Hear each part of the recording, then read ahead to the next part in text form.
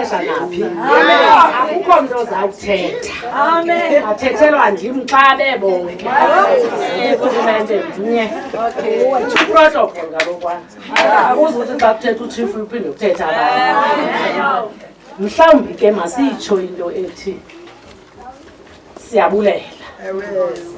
Singumasipala wase-Enoch Mgijima nezi-stakeholders ezi zethu. U-AVBOB, u-social development. Sibulela nangeenkonzo esibonayo ezikhoyo apha. Apha kwathi mhla kwaze kwahla isithoba ndandilapha kumzi. U-social development wazonika inkonzo yomphefumulo kweli khaya le nto kuthiwa yi-counselling. Ndababamba nje ndilapha kulo mzi ndathi ndiyafuneka apha kusasa.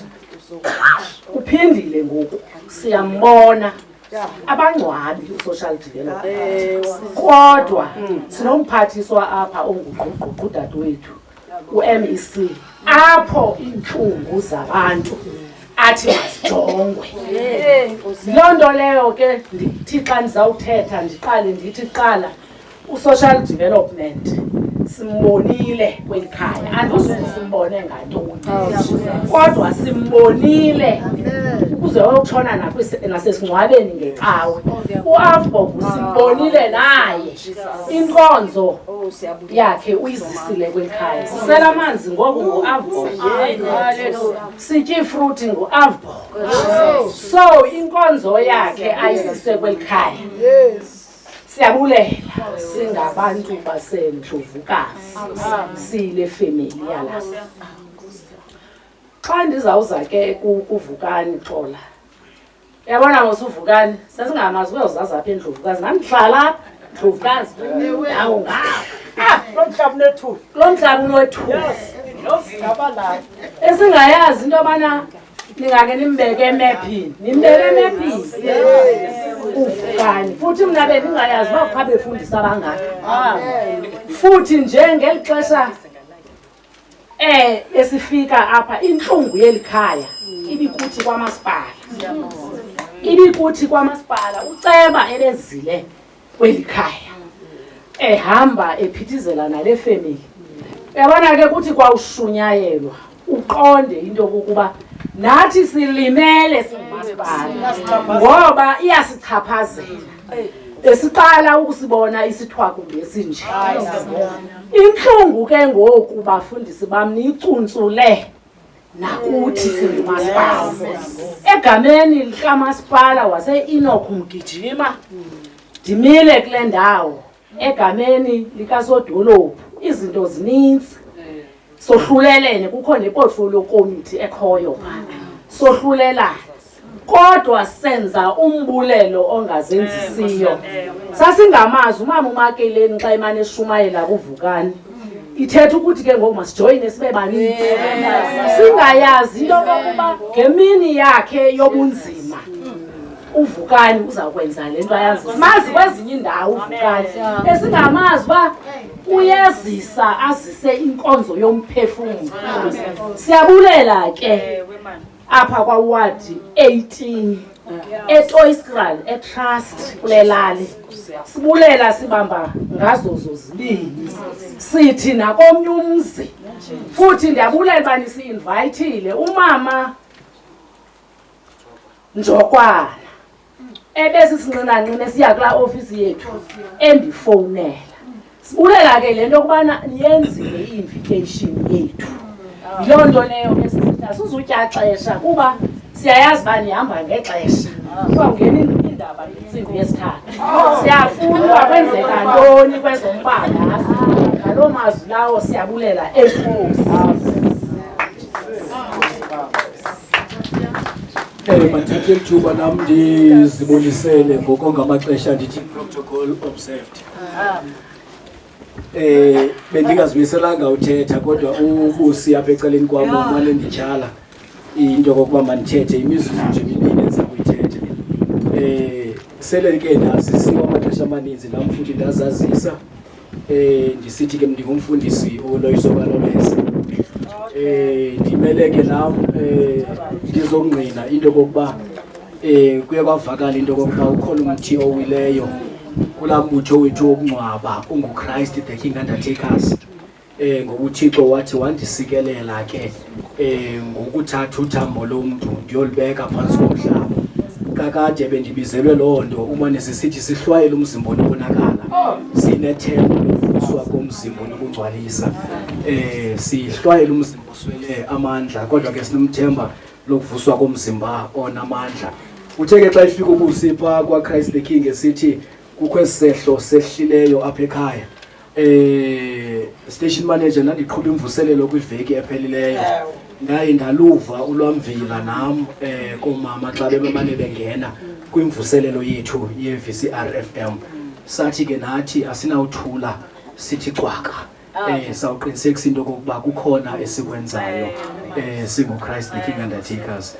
Kukuhle kunje apha ngoChrist the King Undertakers siye savuka kwangentsini saqinisekisa into kokuba sizokwenza okokuba makube kuhle. Xa ungumfundisi ke bawuJona umane uchaphazeka amaxesha amaninzi. Inhliziyo lena imane isikeka ngoba Mr. Pha ngeChristmas ndandiqhuba inkonzo yeChristmas.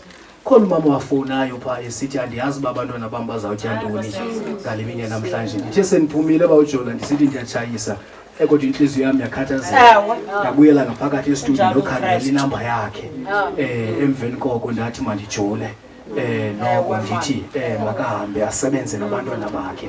So xa ungumKrestu ezi zinto zimane zivela asenzeli ke okokuba makudume thina kodwa senzele izulu enkosi Nama ndizibulisele ngalemva kwemini abantu bonke balapha kubefundisi and everybody.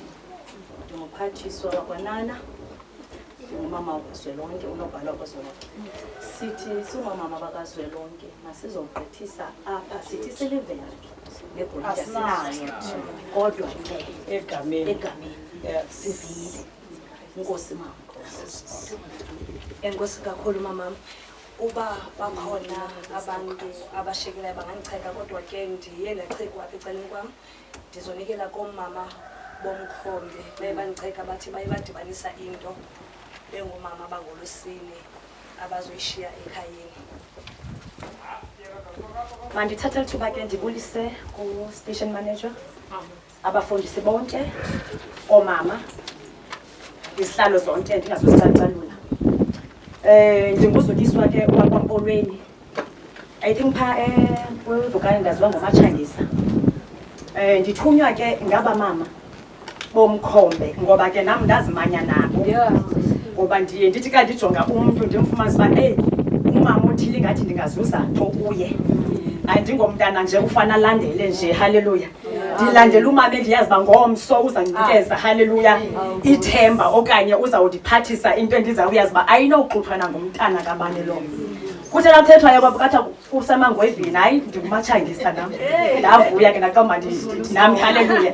Ndisuka ngapha ke kulaa mhlaba waseDodorha, kwicala laseDodorha, ndiqondile ngoba andizukwazi xa tshilo umama uDuba uba kukhona umama okwakuthiwa ngumama obaleni. So bandithumile ke oomama bomkhombe bathi noba incinci kangakanani, noba incinci kangakanani mandizobeka nje le mvlophu ndibe nala mazwi ke ngenxa yexesha ndithi phaa kwintshumayeli uba ndiphazame 2017 uThixo xa zosula inyembezi emehlweni enu kungabikho sikhalo nasijwile ngoba izinto zokuqala zizithile. Enkosi bomama bomkhombe siyabulela.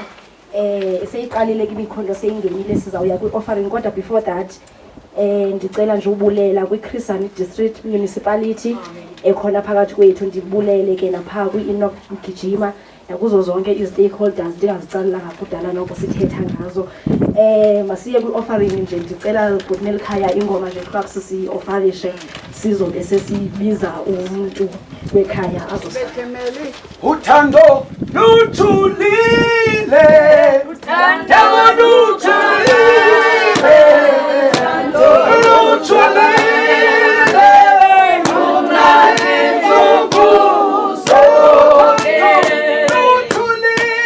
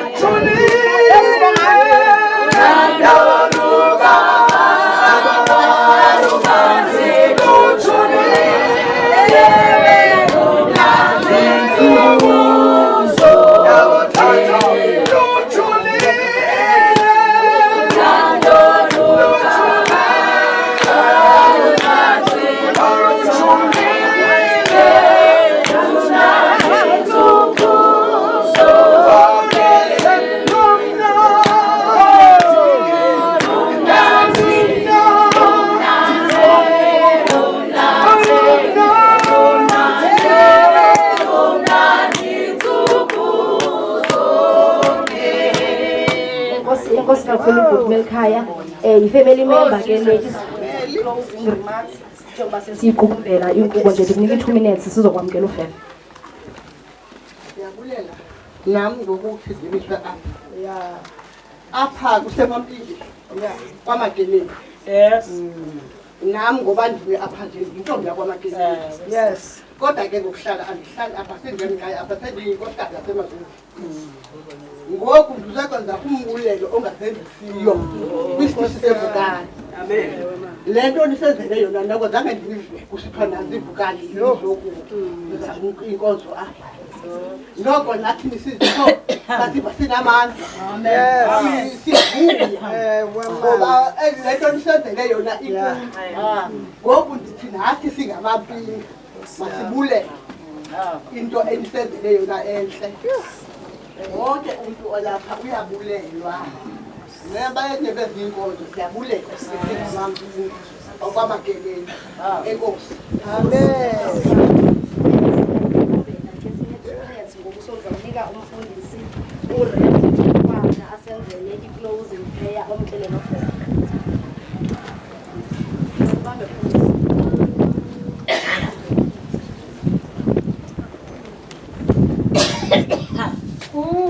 Ubonke othixo akukho onjengaye kuba indeba zakhe zimiko naphakade ubonke kubo bonke othixo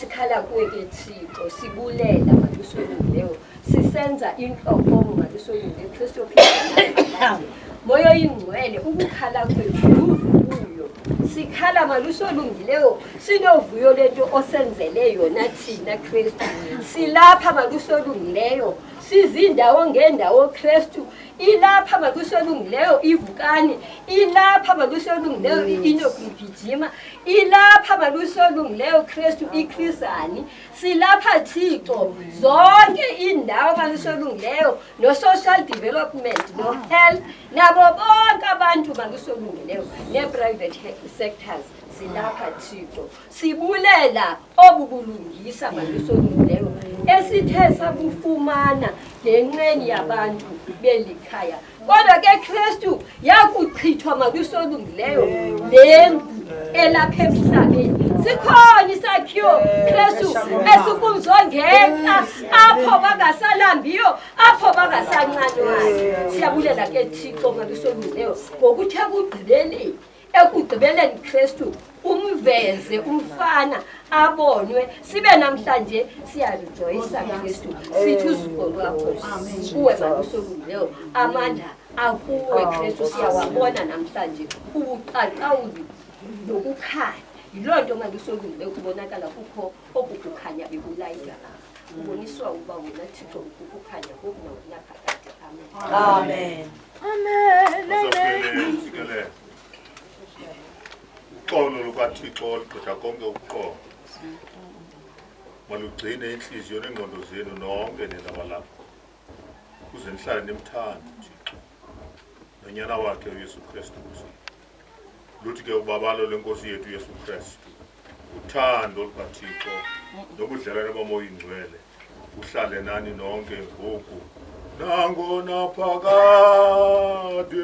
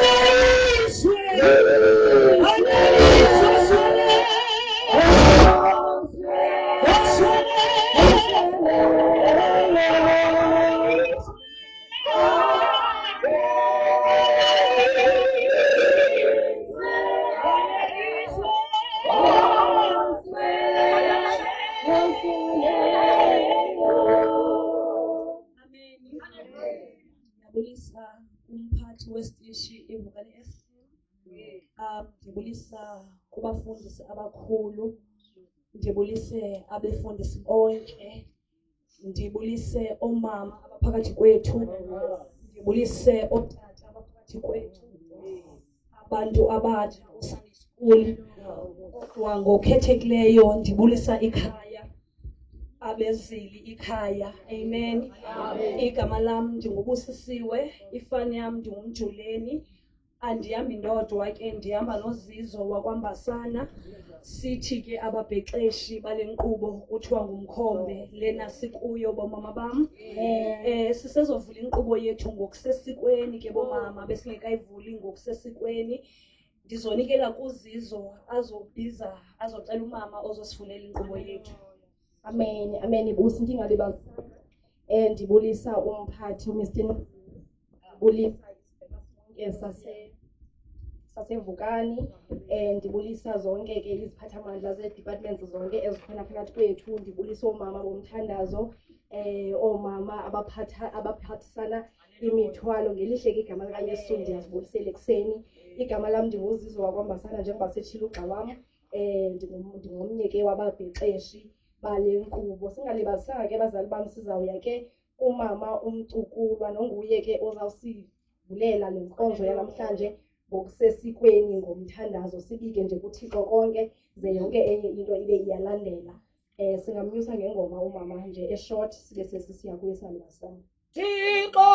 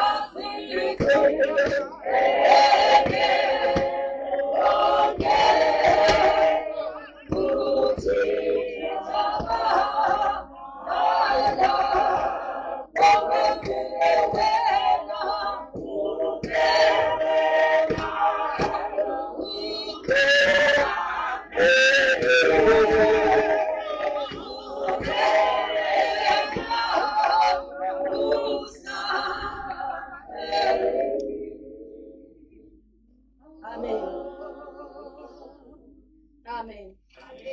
Mandibulise umhlokomisi inkqubo wanamhlanje. Ndibulise iziko lakwa Vukani Community Radio ngalentsasa. Ndibulise omama bakhoyo kule ndawo ngale mini yangoLwesine. Naza nasinceda okanye uThixo waze wabonisa ukuba makukhethwe le mini yangoLwesine, le mini yomkhombe, kuze sihlangane kule ndawo. Ndiyababulisa komama ndingabacalulanga ngoba ngapheya ngaphesheya kwenqwaba azizubakho inkonzo. Ndibulisa ifemeli endiyifanisa namhlanje zizo nefemeli esentshoneleni. Azawumana uThixo nithi ngoku nisentshoneleni femeli amamkela ukukhwaza athi yamani ngodonga. Nibe mhlawumbi nina ningaboni uba yintoni lebangela uba uThixo athi yamani ngodonga entshoneleni. Xa ndiza kuthandaza uba ndiqhele zizo ngoLwesine, qale kubeka ilizwi. Ndizawubeka ilizwi phaya kulaa ncwadi yomprofethi uIsaya chapter 35. Isihloko sithi ukusikeleleka kwabantu bakaThixo. Kodwa into enye zethu sizawuzimisa phaya kulaa verse yesithathu. Book of Isaiah chapter 35 verse 3. Ufundeka ngolu hlobo. Yomelezani izandla eziwileyo. Waqinise amadolo agexayo.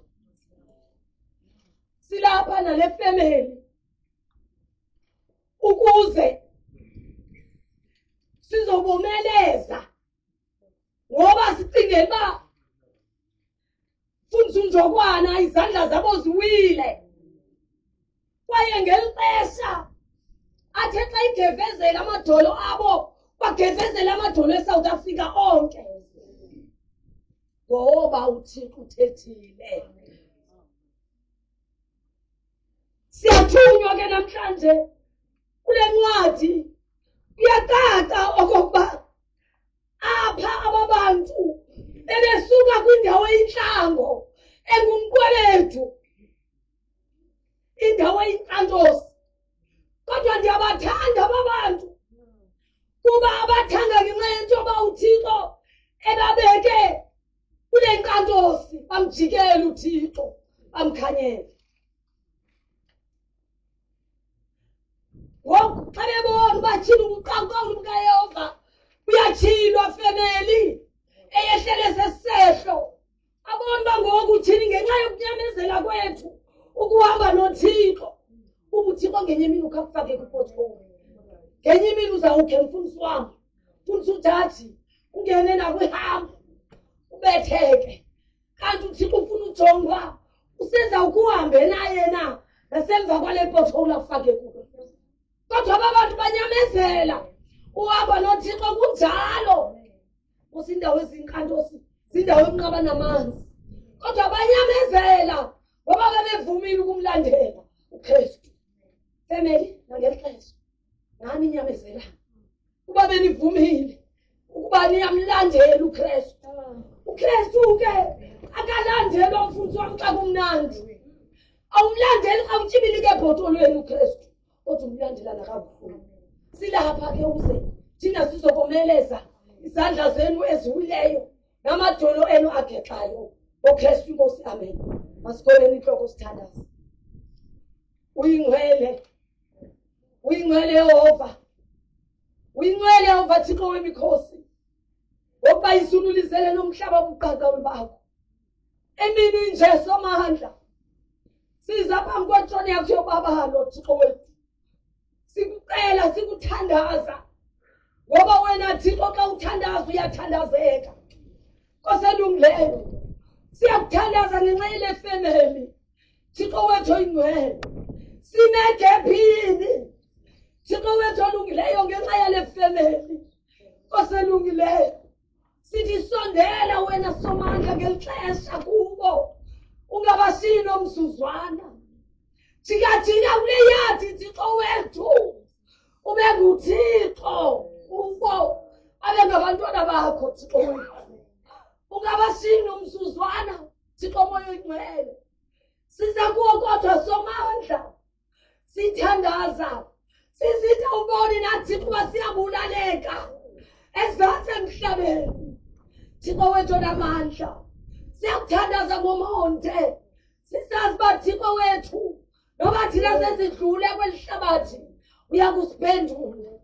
Thixo wethu olungileyo, thina kule ndawo Thixo wethu onamandla, inhliziyo lijaja likazi Thixo wethu olungileyo, kodwa ndikuthembile uba wena ungulaa Thixo kaMariya, ungulaa Thixo kaDorcas, wena Thixo wethu olungileyo, ungulaa Thixo kaEstere. Thixo wethu onamandla, nakaloku njengosolusapho uza kulunceda. Kodwa Thixo olungileyo, asilibali ukuyaleza umenzi okanye abenzi. Thixo wethu olungileyo, ngeli xesha siyakumema Somandla, sicela inguquko, sicela inguquko yabo Somandla. Sicela wena usibonakalise njengoThixo.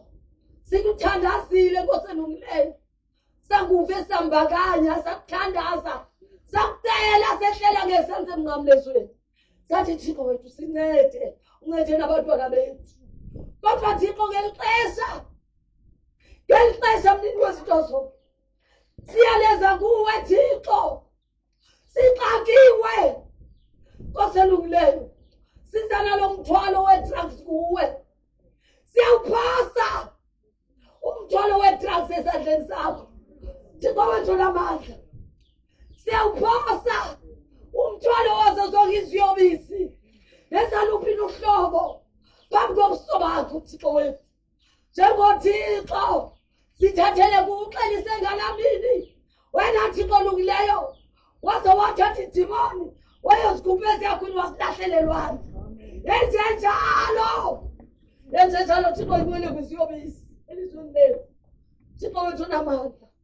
Qalekisa kodwa ke ngoku siyakuyaleza Somandla, yithi ivuku lenkonzo Thixo wethu olungileyo, yithi ivuku lenkonzo edingwe nguwe Thixo wethu olungileyo. Saza sayithandazela Nkosi uba ibe nempumelelo. Siza kuwe ke Somandla, hlala ebantwini obatyungileyo wena Nkosi elungileyo, abazawuvula umlomo kule ndawo, hlala encakamini zamalwimi abo. Kuba Nkosi elungileyo nanto siyizondeleleyo, kuba sithi sisimka kulo mhlaba wasendlovukazi abebekho ababonene nenkosi Thixo wethu onamandla.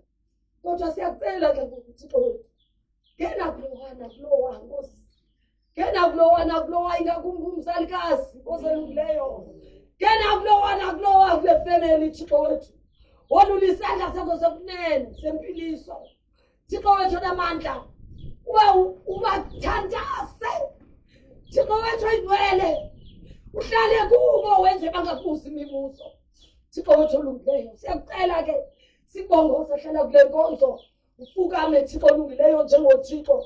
Zonke izinto esizicele kwezinyanisekile seyazi uzawusenzela, ngalo wasifelayo wabuye wasivukela Yesu Kristu Nkosi yethu, amen. Awo wesesemazulwini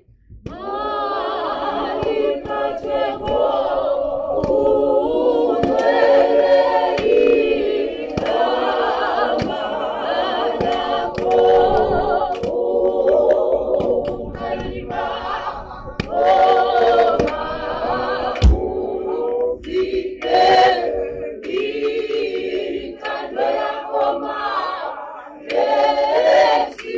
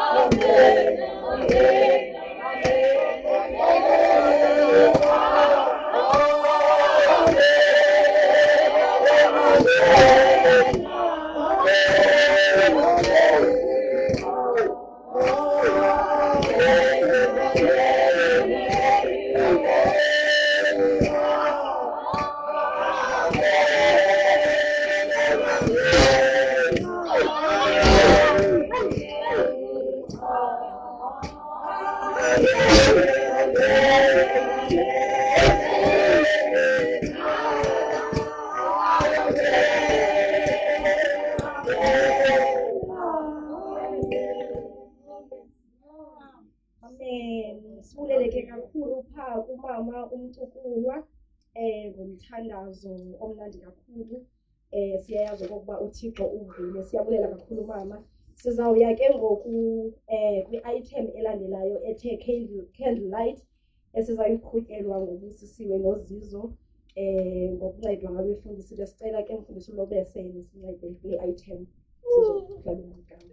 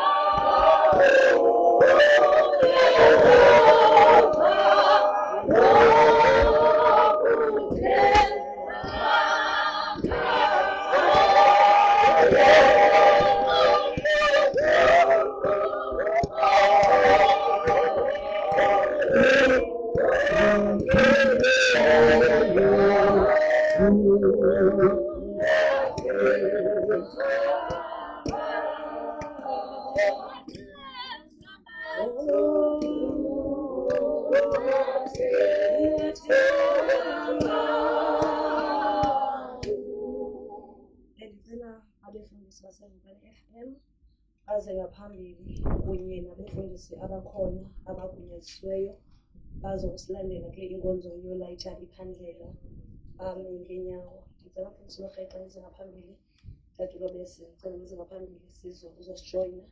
Ndicela nabefundisi abagunyazisiweyo bale ngenyawo sizolayitha ikhandlela.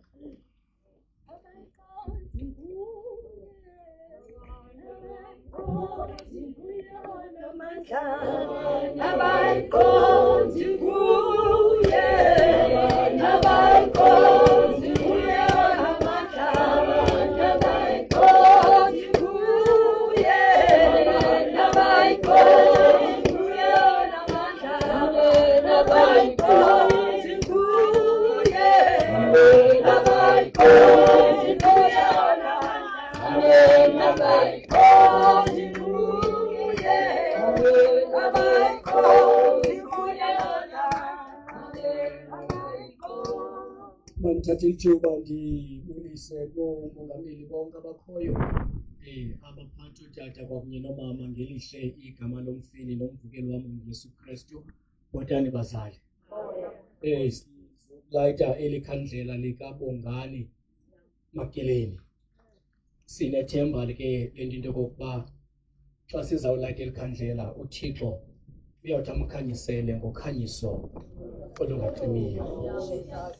Mandithathe futhi lithuba ndibulise nakubaphulaphula ekhaya, ndisithi kumakhaya ngamakhaya nakwiindawo esikuzo, uThixo uzuko anisikelele.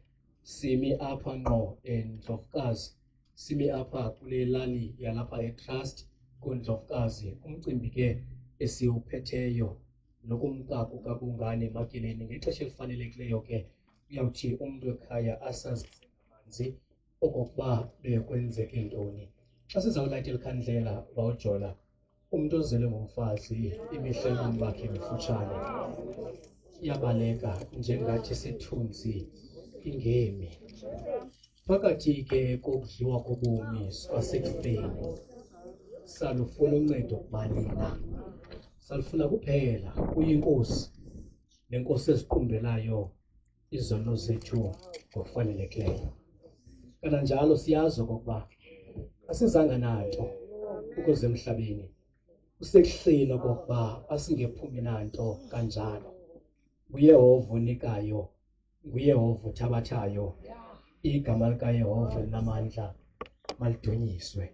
Simelwe femeli yalapha ekhaya okuba ekubeni sibuhlile ubomi sihambe siyokuphumla uphumlo lwaphakade.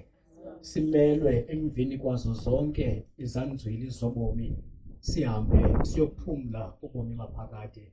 Indlela ke zokuhamba zifani, kwanamaxesha okunduluka akafani, kodwa inkosi yabalikhaya kuthi isizukulwana ngesizukulwana zingekazalwa intaba nomhlaba ungekadali nelizwe, unaphakade kude kube ngunaphakade, uThixo uyawusoloko enguThixo. Siyalayitha ke ngokwelikhandlela likaBongani Makeleni. Sinethemba lento yokokuba xa silayitha apha uThixo uyakumkhanyisela ngokhanyiso olungacimiyo.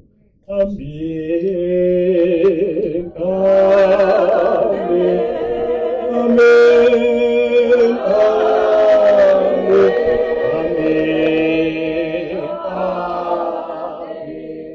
amen, amen,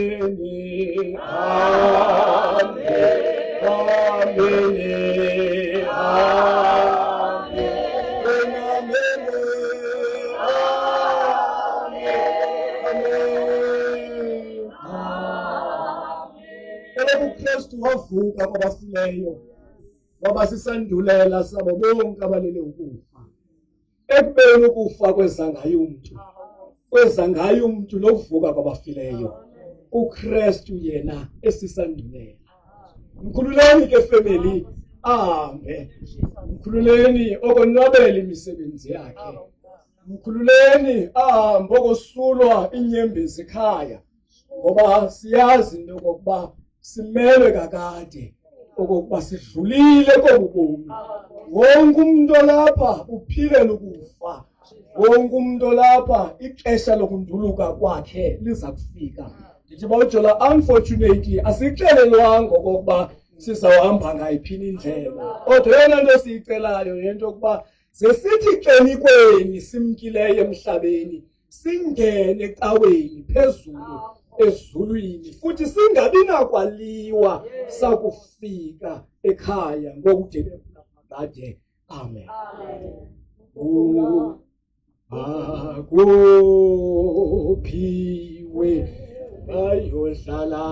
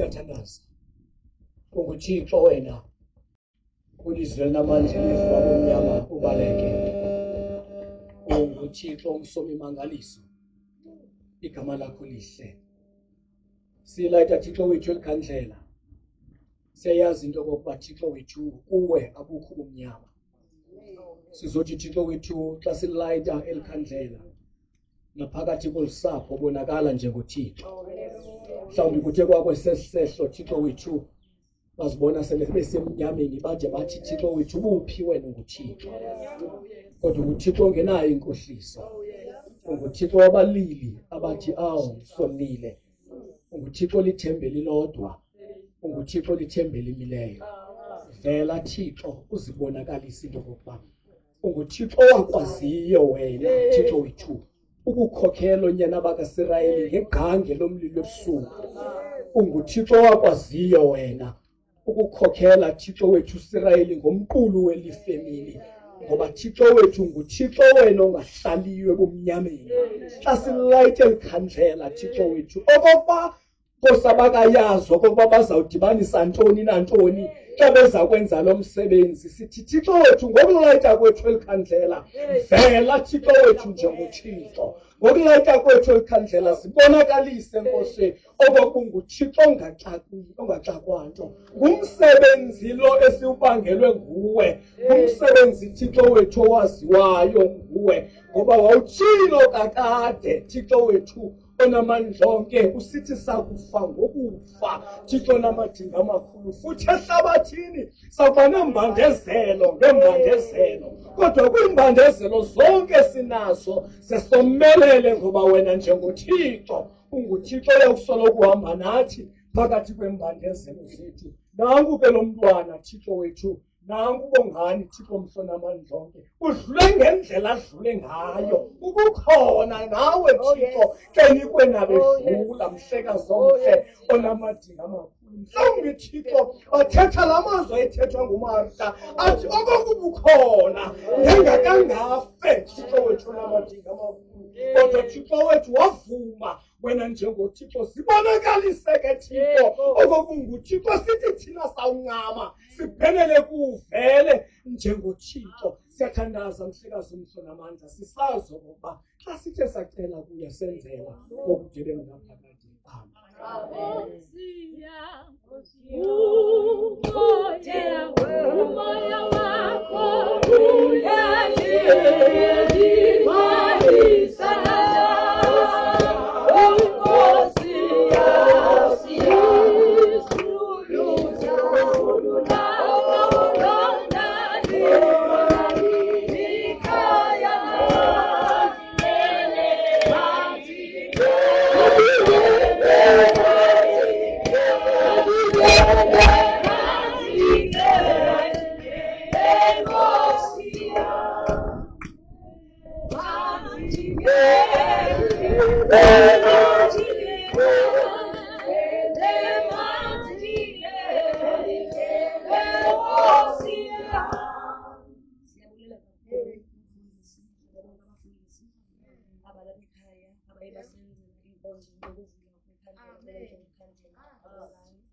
siyabulela kakhulu ke mfundisi wami singathe ngaxesha sizobulela kwi-item elandelayo khona utata umfundisi unoxexe azosenzela into ephambili yawa lempewu yawa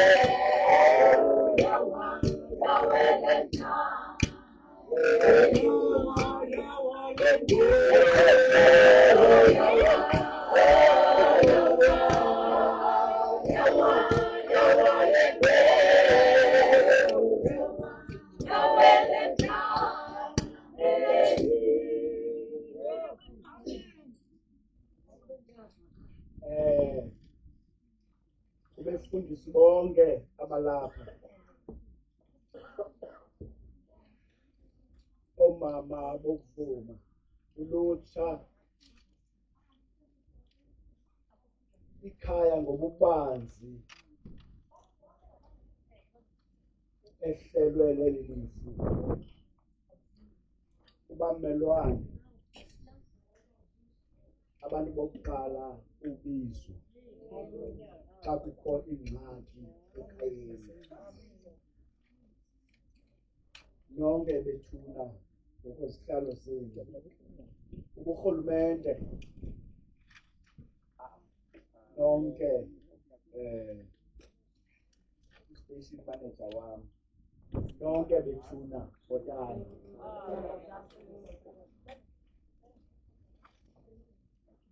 Okokuqala mandicela uxolo xa kuwe mfundisi uJonas.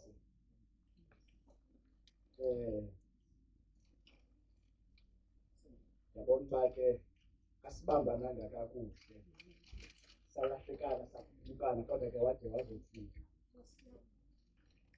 Usihlalo weThisani District